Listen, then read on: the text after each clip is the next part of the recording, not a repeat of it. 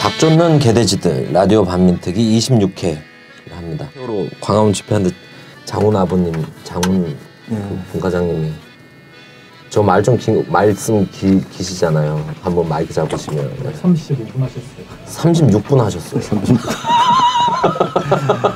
길었겠네. 긴장은 했어요. 저. 아버님이네? 좀 길겠군. 근데 36분. 근데 그거 보면서 오늘 안 그래도 방송 준비를 하고 있었는데 저는 브리핑을 다 들었죠.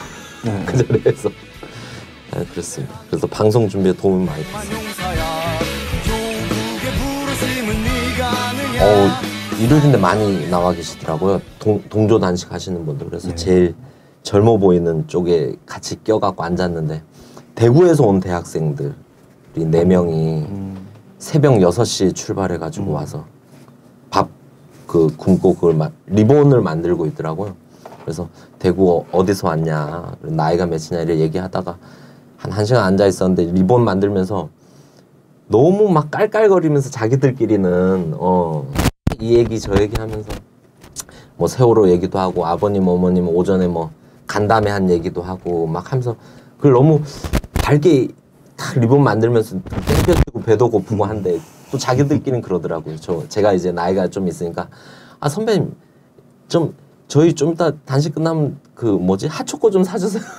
막 그런 얘기도 하고 하는데 거기 앉아있으면 청와대 지붕이 보이지 않습니까? 네. 그래서 이런 게 또 세월호 진상규명을 위해서 싸우는데 이게 진짜 큰 힘이구나. 21살, 20살 이런 젊은 청춘들이 또 새벽같이 일어나서 대구에서 또 그 친구들이 돈이 어디 있습니까? 근데 또 차비 또 조금씩 모아가지고 거기서 또 너무 밝게 또 단식하고 리본 만들고 이런 거 보고 있으니까 참 이런 모습이 또 저기 청와대에서 볼 때는 이런 모습이 정말 무섭겠구나 이런 생각.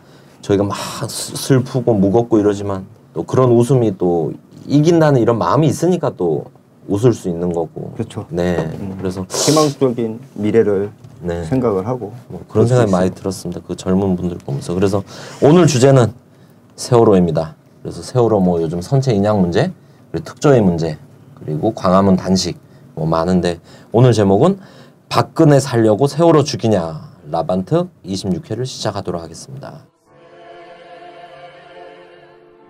1946년 화순 탄광 사건의 비극을 극화한 역사 팩션 뮤지컬 화순 1946. 잊혀졌던 근현대 역사를 끌어내고 재조명하는 계기가 되기도 했습니다. 올해는 1946년 화순 탄광 사건 70주년인 만큼 100명의 배우들과 30명의 스태프들이 광화문 광장에서 공연을 올리기 위해 준비 중입니다. 광장의 정신에 따라 티켓을 판매하지 않으며 누구나 관람할 수 있습니다. 여러분들의 응원이 절실히 필요합니다. 텀블벅에서 화순을 검색해 주시고 페이스북에서 화순을 검색해 주세요. 9월 8일 8시 광화문 북측광장.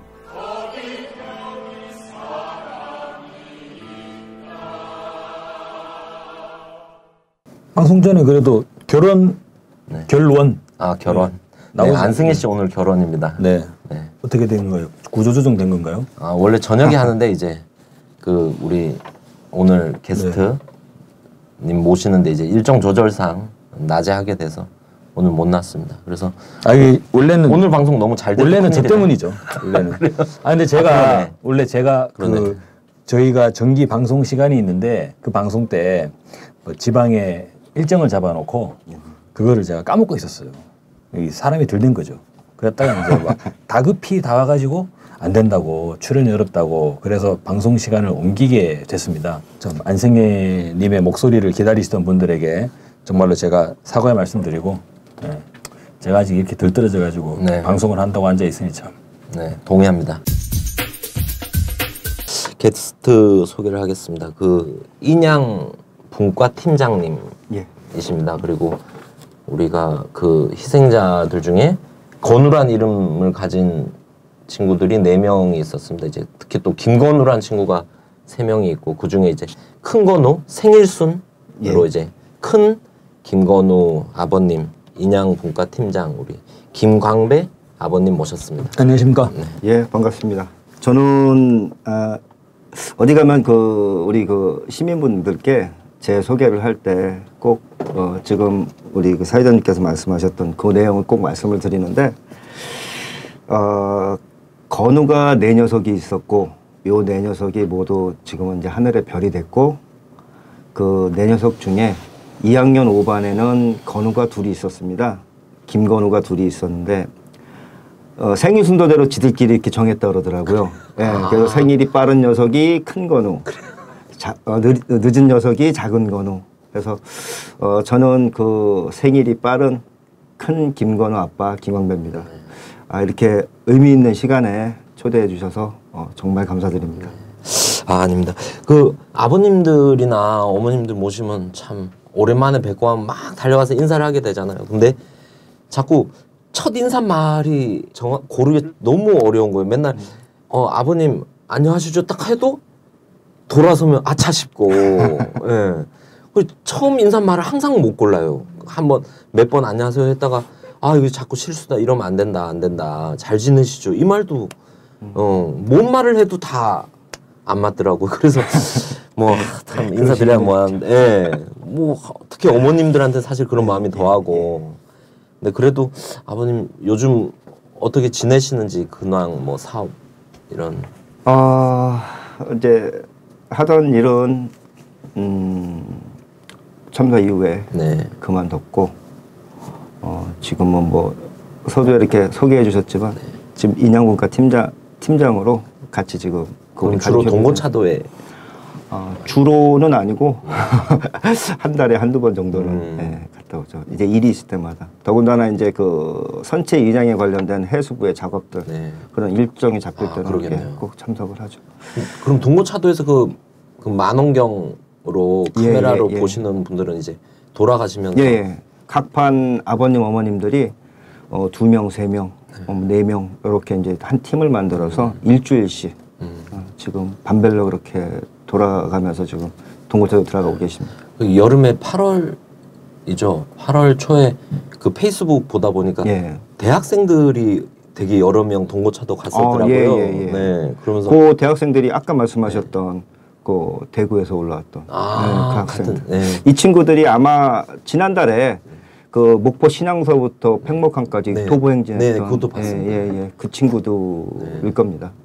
제가 직접 보지는 못해가지고 대학생들이 또 많이 막 동고차도 가고 그래갖고 저도 좀 내용 자세히 보고 그랬는데 막 그 친구들이 후기 같은 거를 쓰더라고요. 동고차도에서 본 이제 세월호 인양 작업. 근데 저는 못 가봤는데 딱 그 장면만 보면 그냥 휑하지 않습니까? 사실 그거 하나 딱 떠 있고 딱 그것만 보면 어떤 게 느껴질까 했는데 대학생들은 그 장면 보면서 더 막 실감하고 그랬다고. 네. 저희 들어가시는 이제 부모님들도 마찬가지지만 또 일반 시민분들 또 활동하시는 분들도 그렇고 들어오셔서 공통적으로 갖는 느낌이 바로 그거예요. 너무 가까운데 약 한 1.5 내지 6km 정도 되거든요. 그 해수부에서 초창기에 그 1마일 접근 금지 내린 게 그 이유인 것 같아요. 그 거리가 딱 1마일 거리 아닙니까? 너무 가까워요. 그리고 그 바로 앞에는 섬 앞에는 그 미역 양식장이 있거든요. 그러니까 이제 거기 어민분들도 하시는 말씀들이 그날 참사 당일날 어선들이 그렇게 많이 나갔는데 나오기만 했어도 다 살 수 있었다. 저희도 물론 이제 그런 생각을 하죠. 그런 생각이 들 때는 정말 못 견딥니다. 네. 인양 분과 말고 세월호 4.16 이제 가족협의회 전반에서 요즘 사업하시는 거를 개괄적으로 한번 소개를 한번 해주시면. 특별한 사업이라고 말씀드려야 되는지는 잘 모르겠는데. 싸우시고 있는. 저희가 지금 가장 큰 일이 특조위. 그러니까 특별법 개정과 또 특검. 그 문제에 관한 또 이제 특조위의 그 존재 여부도 있고 그게 이제 가장 큰 거고요. 그다음에 또 하나 큰 게 그 선체 인양에 대한 거. 더군다나 그 선체 인양이라는 거는 단순히 그냥 배만 들어올린다라는 의미가 아니거든요. 다들 아시지만 그 안에는 아직 9분의 미수습자분들이 계시고 또 그 중에는 우리 아이들이 4명이 있습니다. 그러니까 선생님 2분 계시고 또 울컥하네요. 예, 이렇게 9분이 계시는데 빨리 수습해야죠. 그래서 가족 품으로 빨리. 그 광화문 농성장에 가보면 이제 이전에 이제 민주당 정거 농성도 하셨고 광화문 농성장에 또 그냥 아버님 어머님 농성도 있는데 특조위 농성도 지금 릴레이로 이어지고. 네, 지금 계속 있고, 하고 예. 있습니다. 그래서 농성장에 현수막이 여러 개가 있더라고요. 예. 결국에는 그 목적이 세월호 참사의 진실규명이고 네. 또 저희 그 가족협의회 공식 명칭에도 있지만 안전사회를 만들어야 되지 않습니까? 네. 우리가 싸우는 목적이 그거고 뭐 목적이 같으니까 그만큼 많은 분들이 생각을 하고 마음속에 담고 같이 싸워주고 계신다는 얘기겠죠. 네. 그리고 이주기가 지난지도 이제 또 한참 됐는데 네. 이제 또 많은 사람들이 이제 또 가족분들, 유가족, 아버님, 어머님들 또 실제 또 근황들은 어떠신지 이런 것도. 지금 많이들 힘들어 하세요. 물론 이제 어떤 육체적인 그런 것도 있지만 정신적인 면에서 굉장히 많이 힘들어 하시고. 저는 그렇게 생각하거든요.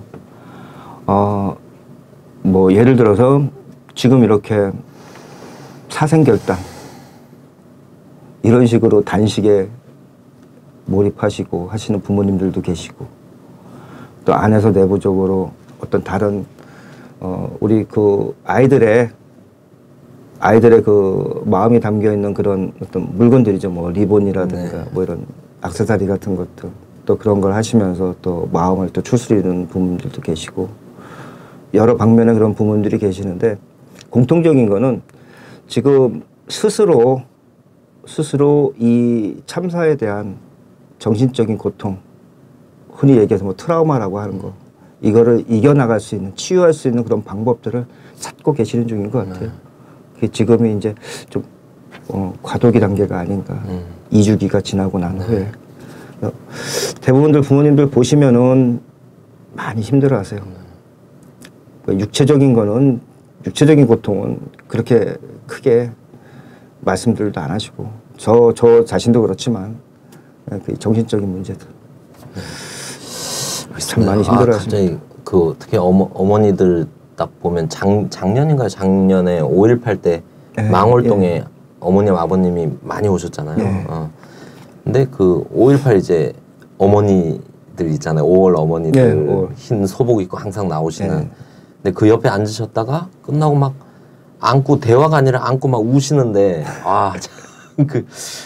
참 저희도 이제 5.18을 역사 공부를 하면서 이제 이 사회를 바꿔야겠구나 이렇게 뭐 운동도 하고 학생 운동도 하고 진보 운동도 하고 이랬는데 또 그 어머니 이제 백발 할머니들이 되셨고 근데 그 옆에서 세월호 어머니들이 막 안고 5월 어머니들이 안고 막 토닥토닥 해주고 야, 이 마음 굳게 먹어야 돼, 임마. 이제 시작해. 막 이런 말씀을 하시는데. 많이 해주셨죠. 네. 참.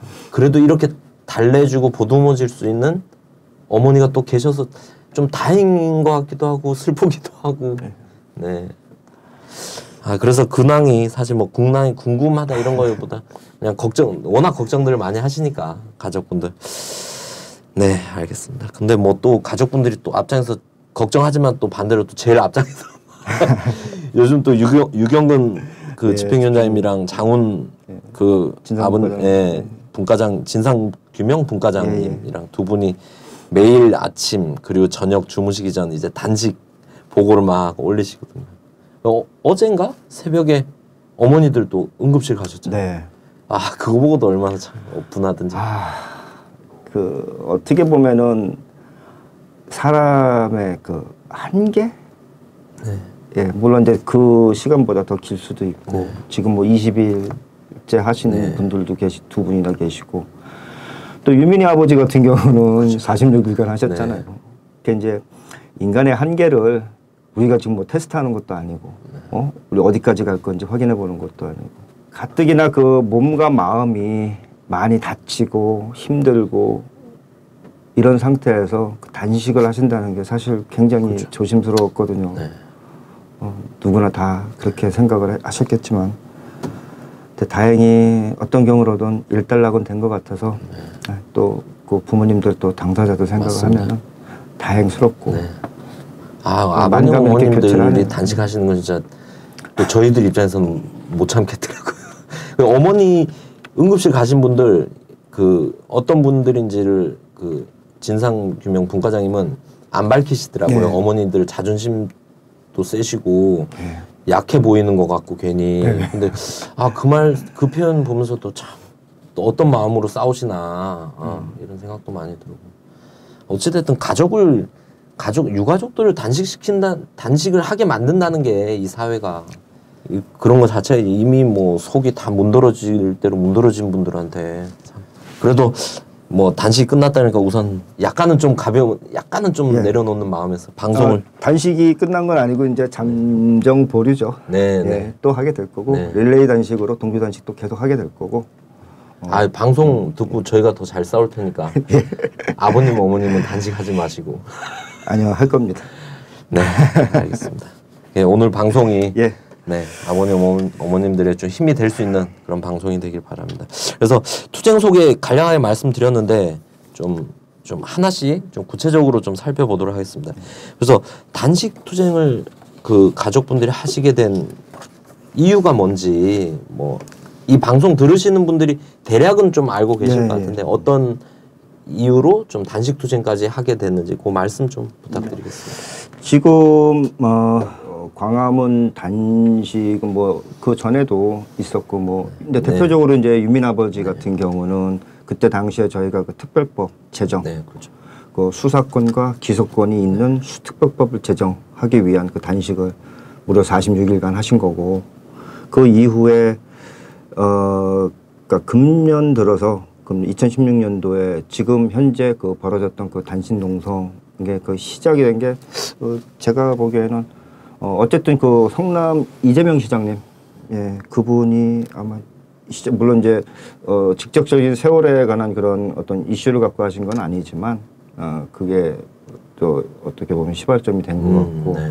그래서 그 후에 이제 7월 27일 날 그 이석태 위원장님 특조위 이석태 위원장님께서 먼저 그 단식을 시작하시면서 이분이 7일을 하셨거든요. 7일. 그러니까 이제 단식 끝나시고 또 권영빈 상임위원님 또 저 박종호 상임위원님 이런 상임위원님들이나 비상임위원님들 또 이제 하다못해 특조위에 계시는 그 직원분들이 같이 릴레이로 단식 지금도 계속 하고 있고요. 그렇게 하면서 실질적으로 8월 24일 날 이제 그 집행위원장님하고 또 그 장원 진상분과장님하고 같이 그 단식을 하게 된 거는 그거는 이유는 하나밖에 없지 않습니까? 다들 아시는데 특별법 개정과 특검 그리고 특조위 이 세 가지 문제가 주된 이유였었죠. 어쨌든 저희가 사실 그 스토리라 그럴까 그걸 잠깐 보면은 제가 좀 확인을 좀 해봤는데 이 특별법 개정과 그 특검에 관한 문제는 지난 5월 31일 그리고 이제 8월 3일 날 그 야삼당의 그 야삼당으로부터 저희가 공식적인 답을 들었었어요. 네. 할 것처럼 얘기했었잖아요. 당연히 해야 된다고 얘기를 했었고 기대도 많이 약속을 했었지 않습니까? 근데 실질적으로 8월 12일 날 여야 그다음에 저기 국회의장 해가지고 그 협의한 그 내용을 보십시오. 아마 다들 보셨을 텐데 이런 상황에서 집행위원장, 그러니까 가족협의회 세월호 가족협의회 집행위원장 또 진상분과장 그 위치에서 단식을 해야 된다, 싸워야 된다라고 결정하신 건 아니에요. 예은이 아빠의 자격으로 시작을 하신 거죠. 네. 어쨌든 그 이재명 시장님과 그다음에 이석태 그 위원장님의 그 단식을 시작으로 저 이제 유가족들 그 두 분도 먼저 시작을 하게 됐고 그리고 나서 그 제 가족분들이 많이 그 또 참여를 해주셨고 또 시민분들 또 활동하시는 분들 심지어는 그 회외에 계시는 그 동포 교포님들도 지금 릴레이 단식을 계속 하고 계시다고 계속 연락들이 오거든요. 너무 감사한 거죠. 해외 소식은 몰랐습니다. 네. 그 보면은 저희가 총선 끝나고 개표 결과 났을 때 너무 기뻤거든요. 아버님들도 그러겠지만 여소야대가 됐고 또 야당들이 기존에 워낙 얘기를 했었고 세월호 문제는 푼다. 너무 많은 사람들이 그래갖고 이게 5월 달까지는 아이 그래 이게 큰 일이니까 좀 시간이 걸릴 수 있겠지 그랬는데 진짜 아까 말씀하셨던 대로 깜짝 놀라셨을 것 같아요. 우리가 이러려면 왜 이겼지? 유경근 집행위원장님 페이스북에도 쓰셨더라고요. 아 세월호 문제 때문에 총선 때 정말 열심히 뛰었다. 엄마 아빠들이 이것저것 뭐 박준현 변호사 한테만 아니라 곳곳에서 그렇죠. 또 다 하신 거잖아요. 그리고 또 세월호 진상규명을 바라는 이제 전국의 이제 많은 국민들도 또 그런 마음으로 또 하셨고 근데 그래서 또 이제 민주당사 점거 농성도 저희는 사실 몰랐습니다. 근데 갑자기 이제 농성 들어가시고 이제 민주당 그 단신 농성 그 할 때 저는 점거라고 얘기하고 싶지는 않은데 저는 그날 그 동고차도에 들어갔었습니다. 그런데 동고차도에서 그 내용을 이제 그 SNS 통해서 이제 접하게 됐는데 그 또 뭐 뉴스나 뭐 이런 어떤 그 언론에도 많이 나오잖아요. 민주당사 가는 게 아니고 새누리당에 가야 된다. 새누리당사를 가야 된다. 근데 저희가 민주당사를 간 이유는 그거지 않습니까? 근데 새누리당은 어차피 못 들어가게 하지 않습니까? 들어가지도 좀 뭐 앞에서 막히니까 좀 뭐 지나고 난 얘기지만 제가 그 동고차도에서 이렇게 그 SNS 보면서 그 이제 사진들 올라온 컷을 이렇게 보니까 그래도 그 더불어민주당 당사에도 이 경찰 병력이 배치가 되더라고요. 그 우리가 이전에 봐왔던 그런 경찰 병력들의 배치 모습이라든가 그런 움직임이나 그런 건 아닌 것 같고 단지 그냥 질서 유지 말 그대로. 또 이제 시민분들이나 활동가분들도 많이 그날 참여를 해주셨으니까 이제 그런 문제 때문에 한 것 같은데 뭐 그런 모습도 좀 보였고 그 없었으면 더 보기 좋지 않았을까. 또 이제 그런 생각도 들고. 참 참사 당시에는 그렇게 사법경찰들 많이 풀더만 그런 데는 안 푸는지 모르겠습니다. 아니 그 같이 점거? 제가 볼 땐 점거라기보다 지금 호소하러 찾아간 거고 그렇죠. 답을 달라고. 그 백남기 선생님 따님이 그렇게 또 워낙에 또 그런 사람이 말이 많았었나 봐요. 왜 새누리당사 가지 더불어민주당사를 가냐. 전 그런 말이 나오는 것 당사에 찾아갈 수 있는 거지 않습니까? 그리고 답을 요구할 수 있는 거고 그리고 뭐 물리력으로 시위를 한 것도 아니고 찾아간 건데 그 약속에 대한 답을 듣고 싶어서 간 거죠. 그 따님이 그렇게 쓰셨더라고. 약속을 했고 그 약속에 대한 그 답을 듣고자 갔던 거죠. 그리고 지금 2년 넘게 동안 또 세월호 유가족분들이 새누리 당사는 이미 어마어마하게 찾아가셨잖아요. 가셔서 많이 갔어요. 문전박대 당한 게 한두 번도 아니고 다 같이 번연히 보고 있었고 근데 이런 문제에서 좀 더 도와달라 이런 차원에 가셨다. 지금까지 뭐 시민분들 얘기도 잠깐 하셨고 가족분들 얘기도 하셨는데 좀 한 2년여 이상 동안 좀 세월호 투쟁하면서 좀 가장 감동이란 표현이 좀 그래가지고 뭐 힘을 받으셨거나 인상적이셨던 그 얘기를 이런 그 질문을 받았을 때 사실 그 고민을 하게 되거든요. 어떤 게 좀 이렇게 좀 뭐라 그럴까 좀 그런 진한 감동을 받았고 뭐 또 이제 그랬을까 이제 고민을 해보는데 감동이란 표현 쓰기가 참 저도 조심스러운데 근데 적당한 말이 낱말이 안 떠오르네요. 감명도 그렇고. 근데 올라오면서 지금 줄곧 그 생각을 했는데 답은 하나더라고요. 지난 2년 동안 저희가 그 싸워왔던 그런 모든 그날 또 모든 어떤 그 행동 이 자리에는 항상 저희를 생각해 주시는 게 아니죠. 물론 이제 저희를 생각한다는 얘기는 이 나라의 대한민국의 미래를 생각하시기 때문에 같이 참여해 주셨던 거라고 이제 생각을 하는데 그 시민분들 또 활동하시는 분 물론 활동하시는 분들 심지어는 아이들까지 그 어린 아이들까지 같이 해주신 그 매 순간 이게 다 감동이고 감명이지 않을까 그런 생각이 들더라고요. 이제 올라오면서 그 저희 그 집사람한테 물어봤어요. 물어봤더니 지난 그 2주기 추모 행사 그걸 얘기를 하더라고요. 비가 그렇게 많이 왔지 않습니까? 그 1주기 때도 마찬가지였지만 그 하늘에 우리 아이들이 안 하고 보더라고요. 근데 1주기 때는 뭐 아시겠지만 싸우느라고 가로막혀서 싸우느라고 뭐 제대로 된 어떤 그런 행사를 못 했는데 2주기 때는 그 비를 맞으면서 그 많은 시민분들이 더군다나 어린아이들까지 엄마 아빠 손잡고 끝까지 같이 해줬던 거 그런 느낌만 그 생각만 하더라도 그런 느낌을 받는다라는 얘기를 하더라고요. 그래서 당연한 거지 네. 오히려 당연한 거지 그런 생각을 했거든요.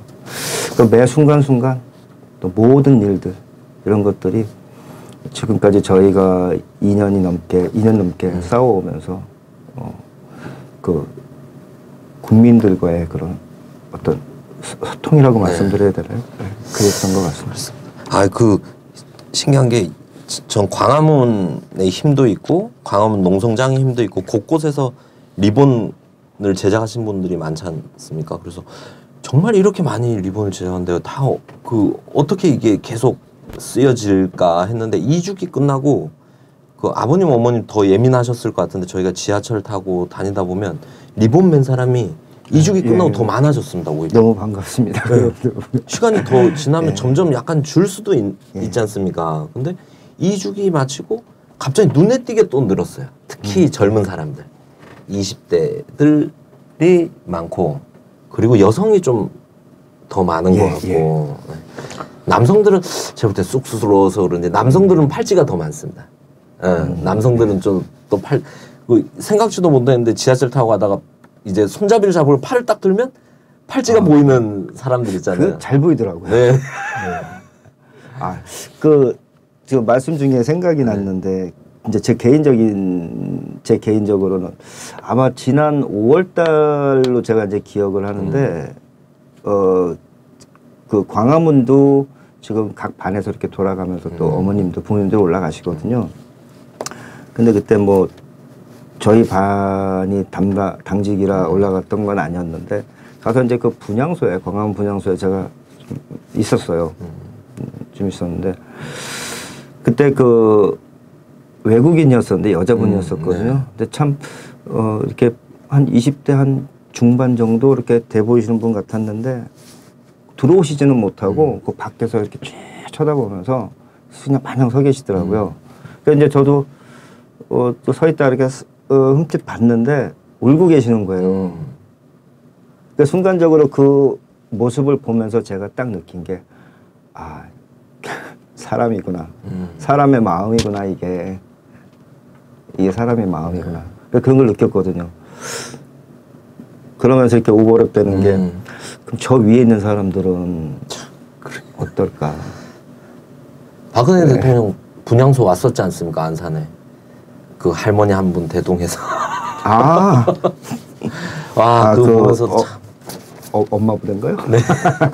그래갖고 그거 보면서 참 여기 오면서도 어떻게 그런 구상을 할 수 있는지 참 신기하고 또 좋은 얘기 아버님 힘내시라고 제 봄에 5월달에 일본에 불안한 애출 시사회 때문에 일본에 3군데 상영회가 있어서 갔는데 갈 때 제가 여행 가방에다가 그 광화문 상황실장한테 부탁을 미리 해가지고 한 보름 전에 리본 배지 이거를 좀 어마어마하게 모아놔라. 일본 간다. 그래서 상영 한 200명, 100명 이렇게 하면 한 500명 이상 만날 텐데 종류별로 최대한 모아달라 해서 가져갔거든요. 갔는데 약간 소용이 없었어요. 이미 가지고 계셔. 일본 분들도 많고 또 제일 동포 분들도 많은데 제가 이걸 가져왔습니다 하고 딱 꺼내놨는데 있는데 그래도 고맙습니다. 또 나눠주죠 뭐 이러더라고요. 그래서 그것도 하나 되게 특이했고 저희가 이제 주말에 광화문 집회를 가면 이제 저희 딸아이들이 5학년, 6학년인데 광화문 이제 그 상황실장님 친분이 약간 있어요. 알아요. 그러니까 그 실장이 이 친구들 오면 그 새로 나온 뭐가 있으면 꼭 챙겨줘요. 한 주먹씩. 그러면 그거를 이 친구들이 한 2년 이래 된 것 같은데 학교 가면 막 나누지 않고 이제 박근혜 대통령 얘기를 한번 해보거나 정부 얘기를 해보고 싫어한다 그러면 주는 거죠. 이제 한번 확인을 한 다음에 그러면 야 너 메고 다닐 거야? 하면 주고 가방에 그 배지를 꽂을 거야? 하면 주고 이런 식으로 주거든요. 근데 작년에는 갑자기 갔는데 제 책상 위에 목걸이를 갖다 놨더라고. 그러면서 이거를 줬는데 이걸 준 친구 엄마가 자기는 이런 도자기로 리본을 만들어서 나눠준다고 하면서 또 받아서 저한테 가져왔더라고요. 그리고 또 하나는 그 초등학교 옆에 옷가게가 있는데 얘네 둘이 와서 얘네들이 그거 되게 예민해요. 아빠 문방구 카운터 옆에 노란 리본이 붙어 있어 그러는 거예요. 그러면서 거기만 가요. 문방구가 2개인데. 그리고 또 하나는 그 옷가게가 있는데 옷가게에 리본이 있다고 꼭 좀 가자고 저보고. 근데 여성 옷가게라서 제가 가기가 뭐해요. 근데 한번 갔는데 그분도 이제 손님들 오면 리본을 주시더라고요. 그래갖고 그 저희가 한번 새로 나온 배지 있을 때 또 갖다 드렸거든요. 그러니까 또 저희 애가 또 갖다 주고 옷을 한 번 얻어 입고 하더라고요. 참 이런 거 많은 거 보면 그게 그런 지금 말씀하신 그런 것들이 그 어떤 사람의 마음, 사람 사는 세상이 아닌가 싶은데. 아버님도 당연히 이제 아까 차에 보니까 리본이 있던데 저희도 리본 막 새로 나온 거 있을 때마다 스티커를 막 붙이는데 막 차 막히고 짜증나. 차 타다 보면 스트레스 받지 않습니까? 근데 리본 차가 앞에 딱 서면 무조건 양보. 저 앞에 리본 보이면 차에 막 약간 속도 내갖고 껴갖고 한번 가까이 한번 붙어서 보고 그 차 앞에 한번 서서 우리 리본 보라고 또 달려보고. 하여간 뭐 아버님 어머님도 힘나겠지만 저희도 그런 거 보면 또 막 사회가 아직 이런 힘이 있구나.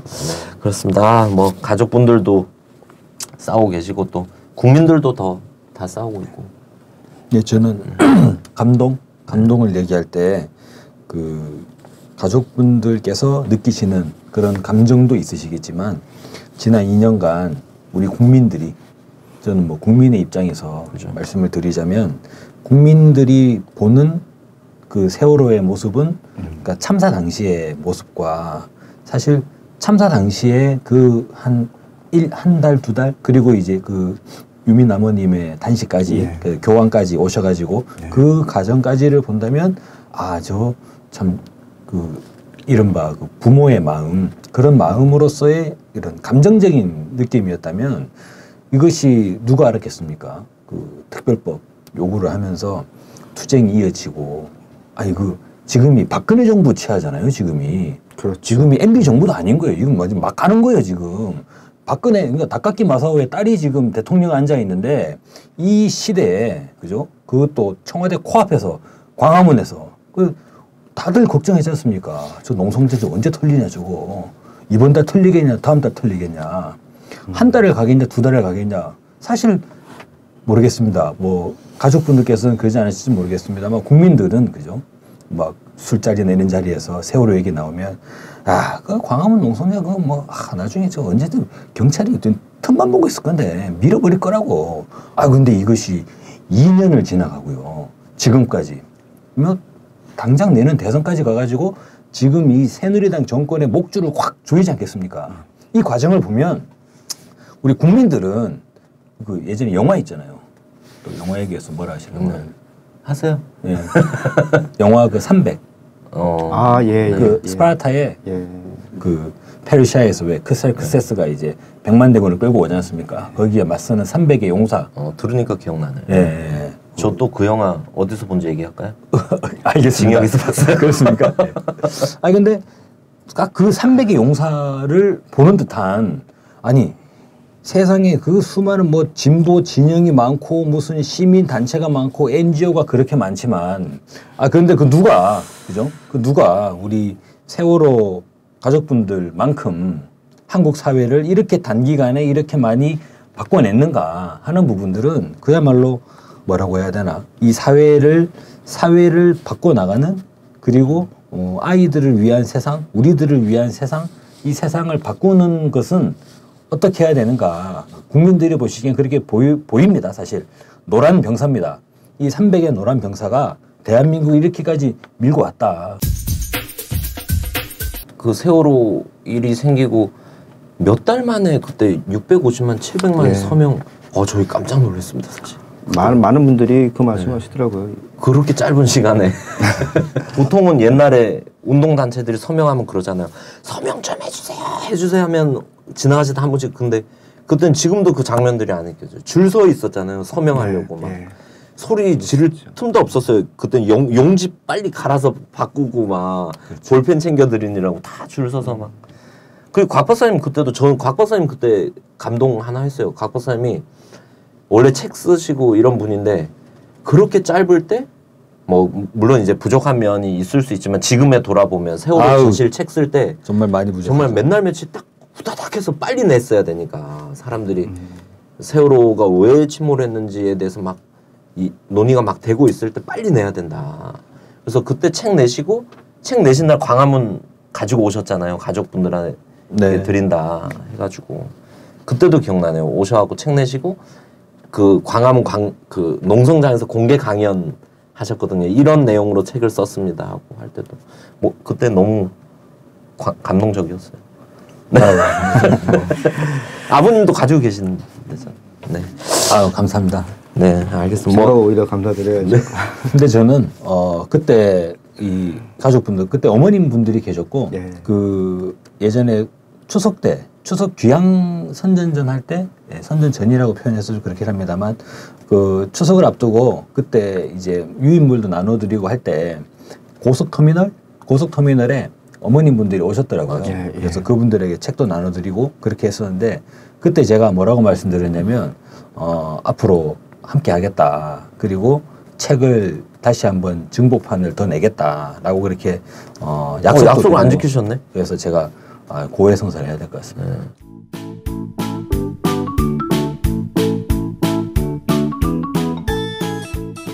테러 방지법 통과 이후에 당신의 소중한 디지털 데이터를 지켜줄 수 있는 책입니다. 김인성의 완벽한 데이터 관리. 주권방송 후원을 위한 500권 한정 공동 구매를 10% 할인된 가격인 26,000원에 택배비를 포함해서 주문을 받고 있습니다. 주권방송 홈페이지 김인성의 완벽한 데이터 관리 배너를 클릭하셔서 주문하시고 입금하시면 배송해 드립니다. 많은 구매 부탁드립니다.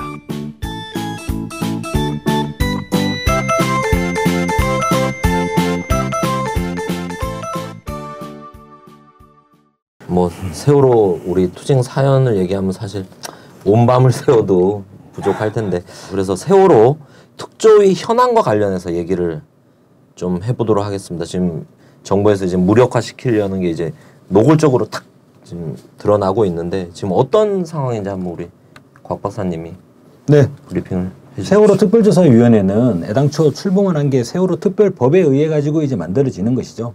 세월호 특별법이 거슬러 올라가면 그까지 갑니다. 유승민, 그죠? 모르겠습니다. 유승민이 예전에 백성학, 우리 그 영화모자 회장에 따르면 미국 간첩이라 그러고 그랬는데, 유승민이 이 세월호 국회법 개정안을 여야가 합의해가지고 그것을 청와대에 넘기자 대통령이 거기에 대한 거부권 행사했죠. 그러면서 유승민 완전히 지켜나갔는데, 그런 과정을 보면서 야, 과연 저 대통령이 세월호 특별법을 그야말로 하겠냐 말겠냐, 뭐 적절한 단어가 생각나지 않습니다만 절제하고 절제해서 정말 참고 참아가지고 기소권도 없고 수사권도 없는 특별법이지만 이렇게 이제 합의를 하셨고, 그에 따라서 2015년 1월이었죠. 그러니까 이제 원래는 2015년 1월에 세월호 특별조사위원회가 출범을 해야 되나, 박근혜 정부와 새누리당이 세월호 특별조사위원회가 세월호 조사가 되지 않게끔 하기 위한 이런 이제 논란들이 계속적으로 있어 왔다고 보고, 뭐 아까 맨 처음에 말씀하셨습니다만 이석태 위원장님의 단식부터 시작해가지고 그리고 지금 이제 세월호 가족분들의 이 사생결단식, 그리고 막 민주당사에 대한 뭐 방문, 이까지도 쭉 이어지는 과정이 지금 박근혜 정부가 세월호 특별조사위원회를 죽이려고 하고 있다. 문을 닫으려고 하고 있다. 이미 문 닫았죠. 문 닫은 거고, 시간 지나면 문에다가 대못을 박아버린 거죠. 나중에 되면 이제 예산도 벌써 종료시켰잖아요. 그죠. 지금 예산 종료시킨 거 더 나가면 이제 전기 끊고 이제 수도 잠그는 거죠. 이제 그런 수순으로 가고 있는 상황이다. 이렇게 뭐 증인도 출석 안 시키고 예를 들면 1차, 2차, 3차 청문회까지 거의 아예 안 내보내잖아요. 지금 증인을. 1차, 2차 때는 좀 차이가 있었죠. 그래도 1차, 2차 청문회 때는 나와가지고 워낙 자기 집중돼 스스로 있으니까 이제 관심이. 개돼지로 네. 인정을 한 거죠. 글쎄요. 모르겠는데요. 이거 뭐 지금 누구 연맥이려고 작정을 했나 이것들이. 근데 3차 때는 이제 완전히 아예 안 나. 나오지도 않아 버리는 이런 모습이죠. 근데 그렇게 완전히 협조를 안 하는 상황에서도 그래도 밝혀지는 그렇습니다. 새롭게 밝혀진 진실들이 그러니까 애당초 특별조사위원회가 청문회라는 이제 통로를 시작을 하게 되는 거예요. 청문회 과정을 통해서 그죠? 세월호 사건에 대한 구체적인 수사가 필요하다라는 것을 국민들에게 알리고 그리고 그것을 통해서 제대로 된 이제 세월호 수사의 동력을 만들기 위한 그런 부분에서의 청문회 성격이 있지 않습니까? 그런데 실제로 보면은 뭐 모르겠습니다. 그래 가지고 이제 국가기관에서 이렇게 청문회를 음으로 양으로 보이콧하고 이제 뭐 외면했는지는 모르겠습니다만 그러는 과정에서도 실제로 청문회에 상당히 많은 성과들이 있지 않습니까? 예. 그 1차 청문회 과정을 보면 단적으로 나오는 얘기가 그거잖아요. 맨 처음에 구조하러 온 것이 해경 1, 2, 3정 한 척밖에 없었다는 거. 예.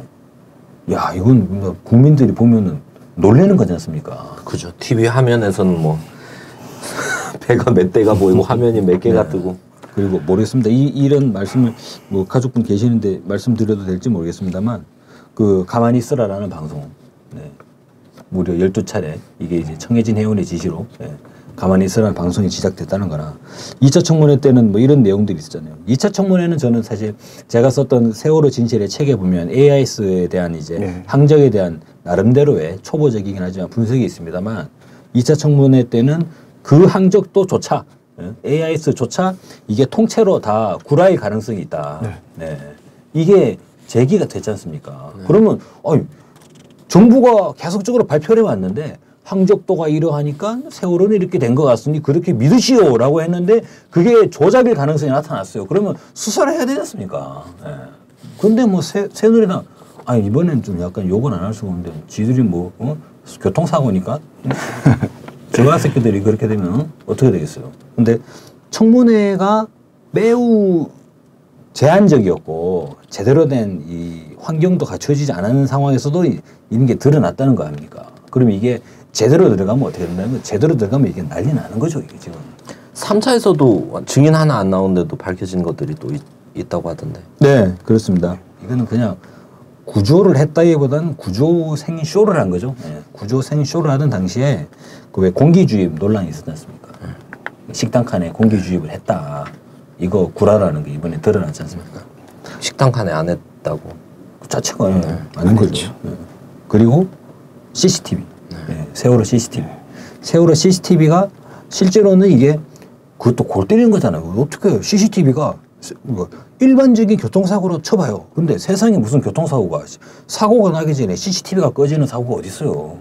근데 이번에 그 이후까지 CCTV가 있었다는 증언이 있지 않습니까? 그러면 그러면 CCTV 이거 지운 거야? 이런 식의 논란이 제기가 되는 것이고 그리고 또 이건 뭐 정부 측에서 세월호 유가족 분들에 대한 지속적인 사찰이 있었다. 이런 의혹도 제기가 되는 거고. 근데 정말 지금 보면 청문회만 하더라도 이렇게 나오는데 그럼 이거를 수사를 해야 되는 거 아니냐 이거죠. 그리고 김시공 국장에 대한 그 보도 외야? 그것도 더 밝혀졌다고. 네네네. 그러니까 사실상 일상적으로 정권이 방송 개입을 해가지고 좌지우지한 거 아니냐. 그 방송되는 위치, 시간대 이런 것까지 다 꼼꼼하게 김환영 사장이 직접 그렇죠. VIP 의중이다 하면서 다 지시를 했던 게. 세상에 무슨 교통사고가 청와대가 보도 시간까지 개입을 하는 그런 교통사고가 세상에 어디 있습니까? 이건 말이 안 되는 거죠. 네, 그래서 저는 이제 특조위 상황 뭐 이런 얘기가 쭉 수사권, 기소권, 증인 하나 증인 하나 출석하지 않은 상황에서도 이렇게 밝혀지는데 한 가지 더 있죠. 녹취록. 네네. 해경들의 그 TRS. TRS 녹취록. 저희 무정기죠. 실시간으로 주고받던. 그래서 그 실제 그 녹취된 데이터라 그래야 되겠죠. 녹취된 그 음성이라든가 변조하고 또 삭제하고 이런 것들은 실질적으로 그 2차 청문회 할 당시에서부터 그런 의문 제기가 계속 있었었거든요. 네. 근데 이제 실질적으로 그거에 대해서 물론 이제 증인도 안 나오고 또 이제 어쨌든 추정만 가지고 꺼내놓은 것이 사실이잖아요. 그게 사실이고. 그래서 뭐 한간에는 죄송합니다. 한간에는 청문회 또 해야 되지 않느냐 이제 그런 이제 얘기들도 하고. 그래서 특검을 꼭 해야 되는 거죠. 또 특검이라는 것은 수사권과 기소권을 없애는 대신에 새누리당이 약속한 거 아닙니까? 지네들이 약속을 했잖아요. 이거 수사권, 기소권 그렇죠. 없애고 특검하면 된다. 근데 그것마저도 못하게 하는 거죠. 그러니까 이미 뭐 제 개인적인 생각인데 이미 그 특별법이라는 게 그 제정이 되는 그 순간부터 이렇게 특조위가 이렇게 없어지는 것까지 시나리오가 이미 만들어져 있었다라고 생각될 수밖에 없는 거죠. 그리고 또 중요한 건 이렇게 특조위가 무력화되는 것과 더불어서 이제 세월호를 지우기죠. 네. 세월호 지우기도 진짜. 그래서 이번 특조위 딱 할 때 뭐 유경근 집행위원장님도 말씀하시는 게 이제 영상에서 이제 많이 특히나 이제 그 박보나 가족도 특조위에서 막 그 읽는데 보는 게 참 어머니들도 다 우시 그 말씀 들으면서 다 우시고 저도 동거책에서 울었습니다. 누가 그러니까 세월호 참사와 직접적인 관계가 있는 어느 분이 항상 하는 얘기가 있어요. 이놈의 예상은 어떻게 틀린 적이 없냐. 이놈의 예상은 틀린 적이 없어요. 뭐 이따가 뭐 인형에 관한 뭐 말씀도 하시겠지만 지금까지 저희가 봐온 모습들이 그렇습니다. 알겠습니다. 네, 특조위 뭐 상황에 대해서 얘기를 해봤습니다. 그래서 정부는 그렇게 특조위를 무력화하고 있지만 특조위 위원들은 그래도 끝까지 계속적으로 좀 활동을 하고 있다. 어려운 조건이지만 그 뭐 이석태 위원장님부터 단식도 말씀드리고 지금도 농성이 계속 진행되고 있죠. 예, 계속 하고 있습니다. 근데 특조위는 제가 뭐 이래저래 말씀을 들어보니까 그분들 말씀 들어보니까 정말로 막 여기에 하나로 좀 이렇게 뭉쳐지는 그런 게 좀 있더라고요. 그러니까 급여가 나오지 않는데도 그래도 사제를 털어가지고 계속 활동을 하겠다. 끝까지 가자 이런 이제 얘기들을 막 그런 모습들을 뵈면 그죠? 근데 사실 특조위 위원분들이 그런 좀 양쪽에서의 압박이 좀 있다고 해요. 뭐냐면은 조사기관에 찾아가면 조사기관으로부터 거의 개돼지 취급받고 뭐 왔어요? 거기 앉아 계시던가 뭐 이런 식의 아주 얄미운 개돼지 취급을 받고 또 가족분들에게 그러다 보니까 또 가족분들에게 약속을 지키지 못했기 때문에 또 미안한 마음이 생기고 이걸 또 어떻게 또 할 수가 없고 이 과정에 상당히 좀 스트레스도 많이 있었다고 하더라고요. 근데 어쨌거나 모르겠습니다. 뭐 특조위가 구성이 돼가지고 지금까지도 싸워 나가고 있으니까 우리가 이것도 하나의 힘으로 묶어가지고 좀 세월호 진상규명에 다 같이 나설 수 있는 하나의 중요한 또 하나의 힘이 아닐까 생각합니다. 네. 이제 박근혜 정부 같은 경우는 이거를 이제 단순 참사라고 얘기를 하잖아요. 사고라고 생각을 하죠. 교통사고. 근데 그러면 또 반대로 너무 쉽게 얘기할 수 있는 게 그러면 단순 사고면 꼼꼼히 조사를 해가지고 왜 이런 사고가 일어났는지를 밝히면 그만인 건데 단순 사고면. 근데 누가 봐도 아까 말씀하셨다시피 뭐 시나리오가 있었던 것처럼 시간 순대로 지금 착착착착 일이 진척이 되고 마치 준비된 듯 이런 거 보면 이게 은폐하려고 하는 게 아닌가 이런 의심을 안 할 수가 없습니다. 그래서 이런 면에서 또 가족협의회가 또 생각되시는 거는 뭐 특조위 관련해서 또 말씀하셨는데 좀 정부가 은폐하려는 의혹이 이런 면에서도 좀 느껴진다 이런 게 있으시면 말씀해 주십시오. 뭐 하나 딱 집어서 뭐 이거는 뭐 의심이 된다 이런 게 아니고요. 다. 사실 또 별개 얘기가 뭐 될 수도 있고 아닐 수도 있겠지만 아까 저 곽 박사님께서 말씀하셨던 사찰, 유가족 사찰 문제도 그렇고 그거는 참사 당일서부터 있었던 일이고 지금까지도 현재 존재하고 있고 그 많은 분들이 지금도 그렇습니까? 많은 분들이 다 털렸어요. 전 체육관에서는 심했다고. 체육관도 그렇고요. 저는 팽목에 있었습니다. 팽목에 있었는데 한 달 동안 팽목에 있었는데 팽목도 마찬가지였었고요. 안산 단원경찰서 소속 형사들이 세월호 참사 피해 유가족들을 불법 사찰했다는 의혹이 제기돼 물의를 빚고 있습니다. 체육관 안에는 경찰이라고 알 수 있는 사람들이 없었어요. 경찰 복장을 입고 있지 않으니까. 경찰 복장을 입은 형광색이 있는 경찰복을 입은 사람들은 체육관 밖에 몇 명 있었던 것 같고요. 17일 날 대통령이 오죠, 체육관에. 그때 알았습니다. 사복경찰이 정말 많았구나. 대통령이 왔을 때 체육관 입구 쪽에서부터 체육관 안쪽에 단상까지 대통령이 이렇게 오는데 체육관 곳곳에 흩어져 있던 건장한 남자들이 대통령을 둘러싸고 체육관 가운데를 이렇게 가로질러서 앞쪽으로 갔었어요. 제가 그때 체육관 가운데에 앉아 있었기 때문에 왜 사람을 밟느냐, 사람 밟지 마라 라고 소리쳤던 게 기억이 나고요. 우리가 이제 눈빛으로 사람을 알아보는 상황이 돼버렸고요. 이 슬픔을 간직한 눈하고 누군가를 이렇게 감시하는 눈하고의 차이가 이제 조금씩 보여지기 시작했었고, 대부분은 등산복을 좀 많이 입었다는 걸 우리가 알아챌 수 있었고요. 무엇인가를 그 사람들은 우리의 이야기를 자꾸만 들으려고 하고, 그리고 무엇인가를 막 적어요. 그래서 뭐 하는 거냐고 막 이렇게 뺏고 물어보고 이러면은 그들이 하는 말은 이런 거였습니다. 2학년 5반 누구? 아빠입니다. 뭐 이런 얘기였다가 그 사람인데, 분명히 그 사람인데 다른 장소에서 다시 물어보면 2학년 12반 누구입니다. 이렇게 얘기를 하는 거예요. 근데 우리 부모들은 너무나 잘 알잖아요. 우리가 10반밖에 없다는 거. 그러면 이상한 사람이라는 걸 알게 됐어요. 체육관에서 19일쯤으로 기억됩니다. 19일쯤 18일 저녁쯤으로 기억이 되는데요. 그때 가족 대표 중에 한 명이었던 혜화 아빠가 그 밖에서 체육관 바깥쪽에서 한 사람을 끌고, 몇 명의 부모님들과 한 사람을 끌고 체육관 앞쪽 단상으로 와서 얘기를 했었어요. 내용이 즉슨 뭐였냐면, 밖에서 체육관 안에 있는 사람들의, 체육관 안에 있는 사람들의 동태나 상황이나 현재의 상황을 전화로 보고를 하고 있어서 이 사람 누군가라고 해서 잡아왔더라고요. 그 사람은 발병을 했었고요. 그리고 가족들은 그 사람의 핸드폰을 뺏어서 통화 버튼을 누르고 마이크를 거기다 갖다 대서 누가 봤는지 무슨 소리가 나는지를 체육관에 있는 가족들한테 공개를 했어요. 이상한 짓을 하고 있으니까. 전화를 했을 때 상대편 쪽에서 무슨 과장님 라는 공무원이나 이런 것들을 칭하는 그런 답변이 왔었고요. 그제서야 그 사람이 다른 발병을 또 하고 그런 상황이 발생했었어요. 그런 식으로 가족 속에 섞여 있던 사람이 정말 많았었고, 그 중에 공교롭게도 가족들 바로 옆에서 누군가에게 보고를 하다가 잡혀서 가족들 앞에 끌려와서 공개적으로 이렇게 노출이 된 그런 경우가 있었었죠. 처음엔 몰랐죠. 몰랐는데 네.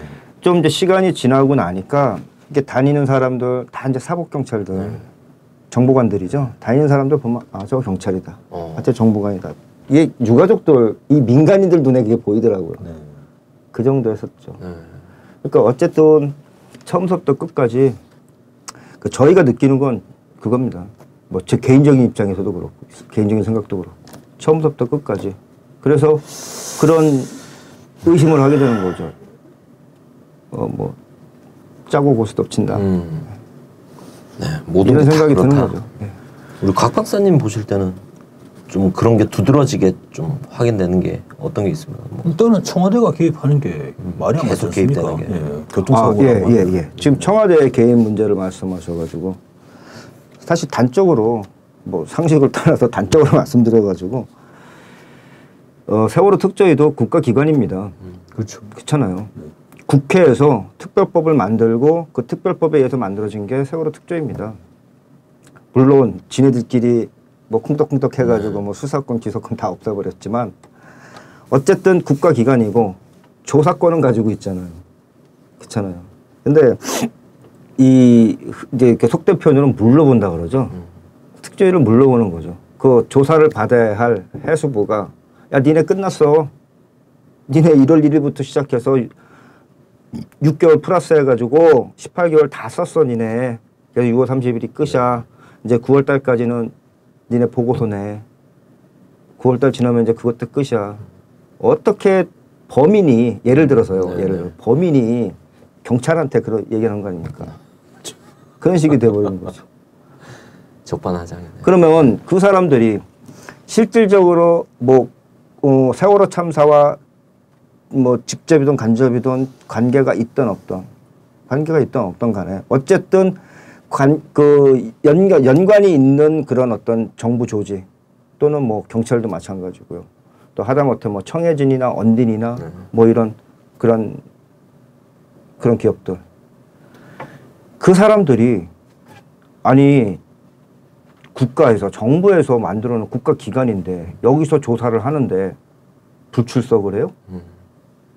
몸빼기 그렇게 든든한지 뭐 믿는 구석이 있어야지 될 거 아닙니까? 그러니까 제 생각이에요. 내가 이렇게 해도 뒤에서 커튼으로 이렇게 딱 감싸줄 수 있어. 그런 생각이 드는 거예요. 선장도 그렇고 그다음에 이준석 선장. 네. 또 그 당시의 선우들도 마찬가지고 1, 2, 3 정장 김경림 정장도 그렇고 선장님도 그런 얘기했죠. 그 2차 청문회 때 퇴선 명령 내렸다고. 네. 그런 거짓말이 어떻게 나오냐 이거. 이미 다 공공연하게 다 밝혀지고 그때 2차 청문회 할 때 참 재밌었습니다. 그렇잖아요. 그 통화한 내용을 다 이렇게 화면에다 띄워놓고 얘기하는데 저거 다 거짓말이라고 그러잖아요. 자기는 그렇게 안 했다 통화. 그러니까 그런 객기가 어디서 나오느냐 이거죠. 그러니까 의심할 수밖에 없는 거죠. 만약에 아니라면은 우리 진님 말씀하신 대로 아니 정확하게 다 조사하고 밝혀야 되지 않습니까? 이런 문제가 있어서 세월호 사고가 났다. 이건 바꿔야 된다. 국민의 안전을 위해서 뭐 5천만 명의 뭐라고요? 대통령 각각에서 오늘도 저의 뭐 넓지 않은 어깨에 5천만에 뭐가 달려 있다고? 안유가 달려 있다. 그러니까 헬조 소리 되는 거지. 아까 또 증인들 현장에서 느끼시는 점 얘기하셨잖아요. 어떻게 뻔히 자료가 뜨는데 거짓말을 하냐. 근데 저희도 당해봤잖아요. 저희도 재판 받고 이러면 사람이 아니라 그래도 자료 막 거짓 자료 띄우고 막 검사 막 이런 사람들이 하면은 약간 위축이 되고 겁이 사람이 나거든요. 근데 언론이 다 찍고 있고 자료 화면 뜨고 있고 또 아이들 잃은 엄마 아빠들이 앞에 번연히 앉아 있는데 웬만한 빼가지고는 대한민국에서 누가 그 자리에서 거짓말을 할 수 있겠습니까? 근데 그 현장에서 그걸 느끼신 거잖아요. 방송 3사 그러니까 다 MBC, KBS, SBS 얘네들 안 왔잖아요. 다 뭐 팩트 TV, 그렇죠. 뭐 이런 인터넷 TV라든가 이런 그러니까 그 제2, 3 그런 언론에서만 아예 오지도 않았나요? 사실 그렇잖아요. 아유 너희 아들이 뭐 무슨 장관이라며?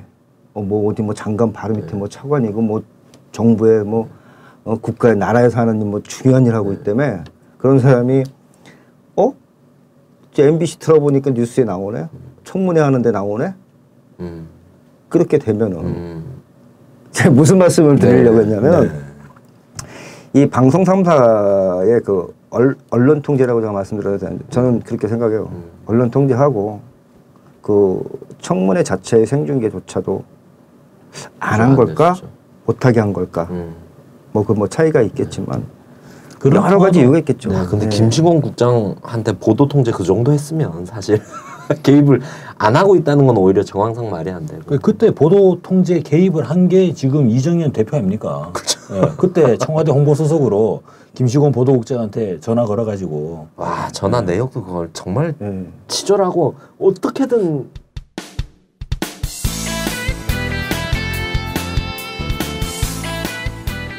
2부에서 계속됩니다.